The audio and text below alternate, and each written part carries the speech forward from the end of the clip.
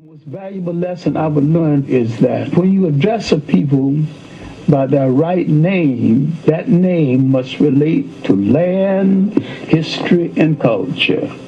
All people go back to the geography of their original origin and identify themselves, no matter where they live on the face of the earth. We have overused the word black because black tells you how you look, but it don't tell you who you are. You can call an Italian white, but that don't tell you anything about him. We are the only people who seem to have lost that all essential trait of geographical and historical reference. Paragraph. In the year 65 BC, the Roman armies under General Pompey captured Jerusalem. In 70 AD, General Vespasian and his son Titus put an end to the Jewish state with great slaughter. All right. During the period of the military governors of Palestine, many outrages and atrocities were committed against the residue of the people. During the period from Pompey to Julius, it has been estimated that over 1 million Jews fled where? Into Africa. This is Shemayawan. And I'm going to show you some things, just putting two and two together, connecting the dots, showing you how, we call ourselves Israelites, Hebrew Israelites. But a lot of people really just don't get the logistics of why we call ourselves Israelites. We know who we are based on prophecies. We know that the Israelites always had to go west. That's one of the biggest things on how we know we ended up in West Africa. So let's look at this map here. This is a map. I want to show you how people in general who live in the Middle East, where they normally run. Just to show you what people have always done. Alright? Most of your resources were always here in this area. In that area. All in Africa, Egypt. Most of your resources normally, most people don't realize, but you see the Red Sea, most of your cities are always along the rivers. You look in Minnesota, they got the Mississippi River. You go, California is by the water. New York got the Hudson Bay. You got rivers, large bodies of waters govern cities. That's how they have their trade, their exports, their imports, everything comes in through the water system. That's why the Mediterranean Sea, which was such a great sea. Most of your resources, exports, imports come in that way. But not getting off topic, most of the people always fled from the east to the west. Alright, so we're going to start off here. And I'm going to bring out a few books here and there. I'm also going to show a few videos. I want to focus in on right now Iraq, because this is fresh on people's minds. A lot of you guys were young when this happened in 2003. Some of you guys are still in high school, but this is a good example. I remember when this war took place in Iraq. Most of the people there, they got a 72-hour time frame to leave Iraq before the military war jumped off there.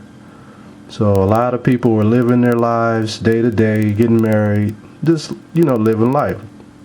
Okay, so I'm gonna show you some footage on basically how it was there. All right, and we're gonna show you where the Iraqis actually fled to. Okay, this is a video on on the hours or the days right before the war took place in 2003, and I'm just going to run it and let you see it.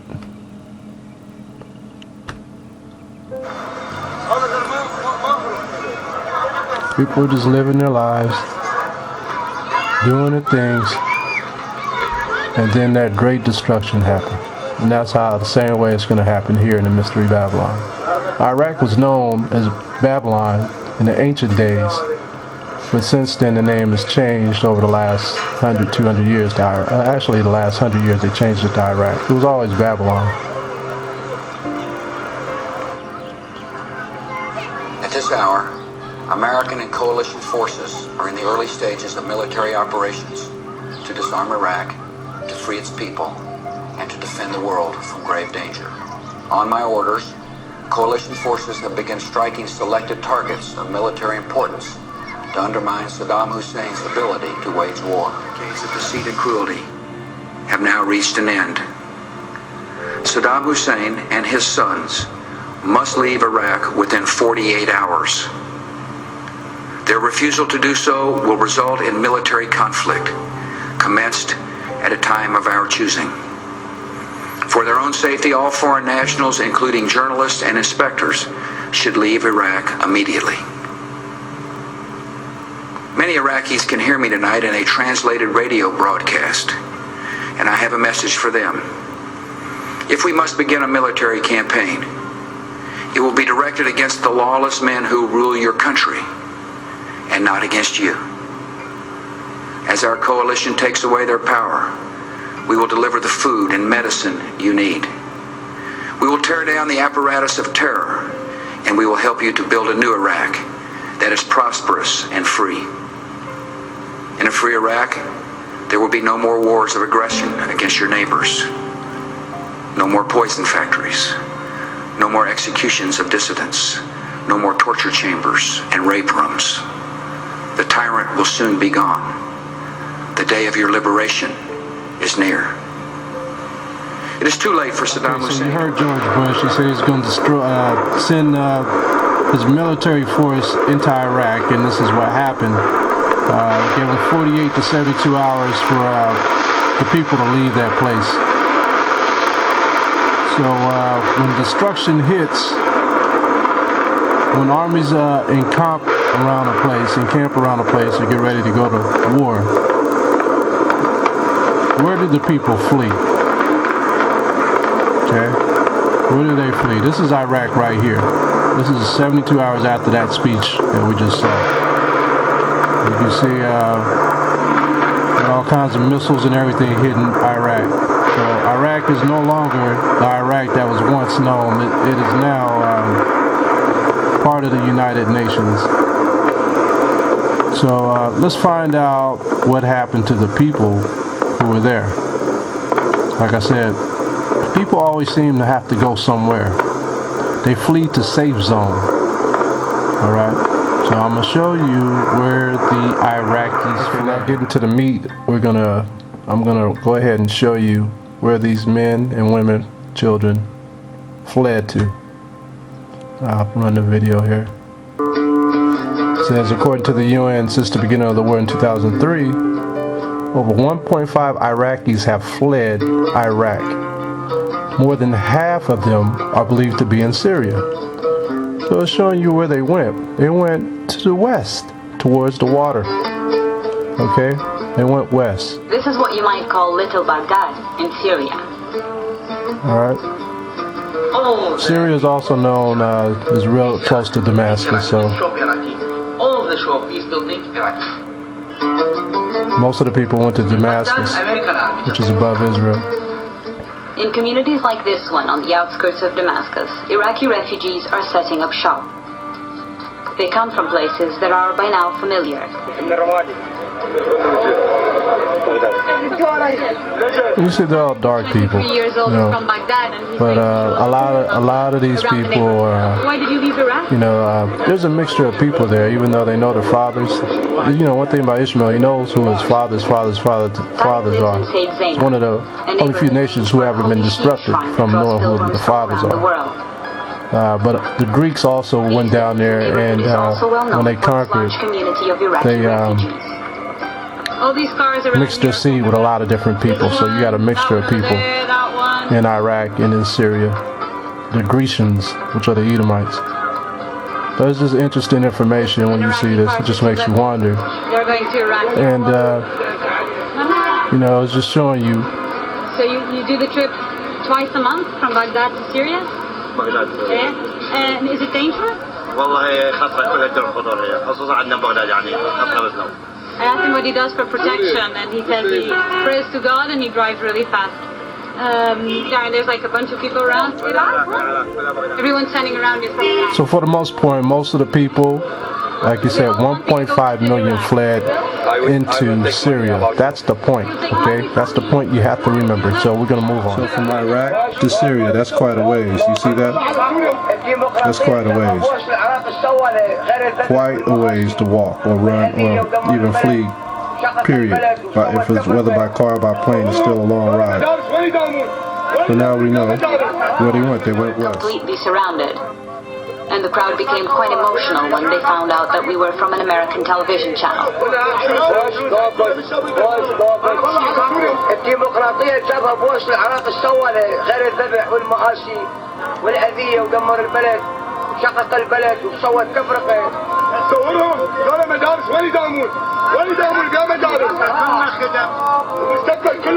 But they say there is no future and their hope is lost. He's saying that they don't need oil, they don't need much. The only thing they want is to go back to a safe country. Right, so the whole point is this. Israel is lost right now because they don't have a land, they don't have a nationality, they don't have any understanding of who they are. So this is a prime example right here, but this is only in the last 15 years. So you can imagine what happens in over 1,500 years. Where they were playing football. Hyder says it was American. We went from Iraq to Syria. Now I want to take you from Syria to where these people want to flee. Syria and Damascus, they got to flee somewhere, right? Notice they never flee to Europe. Why? Because it's more difficult to go into the northern country than it is to go south or west. Okay, when you go into the northern country, you got to go through visas, you got to go through border security, you got to get passports, you got to find a place to stay. Okay, you got to go through refugee camps. So most people are not going to flee north, and that's never been the case. I mean, it's actually always been the case. They would always flee south or west. Okay, so let's see this. These people here are going to pass right over Israel because they know in Israel they won't be able to stay. But there's a few that probably dropped off there. They went past the Gaza Strip. The Gaza Strip is where Samson was fighting the armies of the Philistines. Right in there, that's where Samson was. For a lot of you brothers that don't know. Okay, and they went past the Gaza Strip. Talking about the refugees now. They went past the Suez. A lot of people went into Cairo, which is Egypt. Okay, you notice the Mediterranean Sea is still by the sea where they can get exports, imports, a lot of resources come through here. They still can live. They blend in with these people. Okay, the people from Syria, Iraq, can blend in with the people in Cairo. All right, notice that. So I want to show you that now, some video footage. 2 months ago, Nadir Abu Wasim made what he describes as the hardest decision of his life. He sold his car in Damascus, packed some clothes, and flew to Cairo. He took his wife and daughter, but he couldn't afford to take the rest of the family. I lost my factory. Everything we had in Syria we lost. I came because I'm afraid of the regime and of what is happening. I'm afraid for my family. Muhammad is 20 years old. He left Syria because he refused to join the army and fleeing was his only option. Only option is to flee. I have no idea what's happening to my family in Damascus. The United Nations estimate around 100,000 Syrian refugees have fled to Egypt since March 2011. You hear that? Only 13,000 have registered, but the UN expect that number to triple by June. So it's easier to flee into Egypt. Little Syria, because tens of thousands of Syrian refugees now live and work here. Many of them arrive with very little money, but they use that money to pay for rent. Happy at least not to be living in refugee camps. Happy at least not to be living in refugee offered camps. Syrian refugees health care and education at the same rate as Egyptians. They're also allowing visa extensions. But as the numbers increase, their presence is straining Egypt's fragile economy. Right. As the crisis. Okay, so let's look at this real quick. Let's look at this map. So we spoke that the Iraqis ran to Syria. The Syrians and the Iraqis ran to Egypt. Some ran to Libya. Some even went further down into Sudan or Chad or Niger. Most of them stayed around the coastal areas. Some stayed in Algeria. Now, why are they staying in these northern areas? Because they're not under attack. People will stay where there's safety. Okay, now when the Israelites went into West Africa, this is where we were going first and foremost: Egypt, Libya, Algeria. But when we were under attack by the Arabs, they started moving further down into Mali, Niger, Chad, Nigeria, which all of these names were not the names of West Africa at that time. And I'll show you a map a little later. These are the new names changed. Alright? Okay, we always ran where resources were. Not just resources, but safety. We found safety in West Africa, in the land of Canaan. Okay? So like I said earlier, our people always ran to where the Hamites were. We didn't go towards the other nations, always towards the Hamites to hide amongst them. Because we were a dark people. We were different shades of brown. So it was easier to blend in with the people of the West. So this is where the Israelites went. Okay? Now in these areas, what you have going on is a lot of treasure hunts. What I mean by treasure hunts is you got all the nations of the earth in these areas, sucking it dry, sucking all the resources dry. Some of the resources that you can find in the ground there is iron ore. Iron ore is what you make cars with. Okay, you got oil or fuel, gasoline. All right, with oil you can make many things. Everything we see around us has oil in it. Tires, computers, cell phones, the plastics in your car, pesticides, all that got oil in it. Okay, so this is what everybody's fighting over, this land. Europe doesn't have resources, not like South Africa and America, but mainly when I said South Africa, I really meant the whole continent. Okay, because it's below Europe.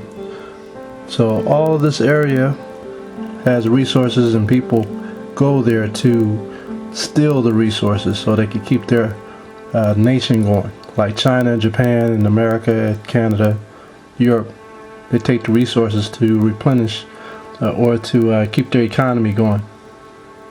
Alright? A lot of people don't understand that oil that they're getting out of the ground in the Middle East and out of Africa, they hardly ever speak about that, but they're draining oil in Africa too.